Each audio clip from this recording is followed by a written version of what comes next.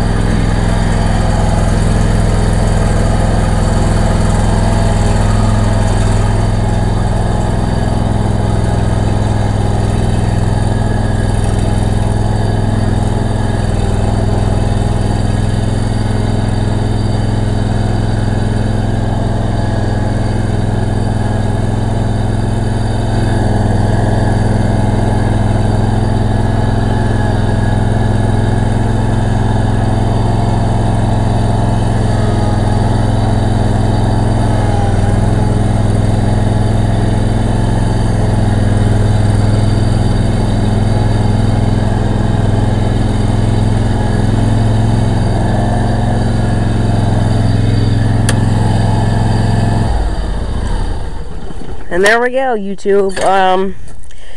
You guys can expect some mowing videos of this. Tomorrow I'm going to be starting my spring cleanup, so some mowing videos of this will probably be, like, the grass is starting to grow, so, the grass is growing, so probably sometime in around the 15th of April you can expect some mowing videos. That's when I start mowing. So now we're going to do a cold start on the walk line, so stay tuned.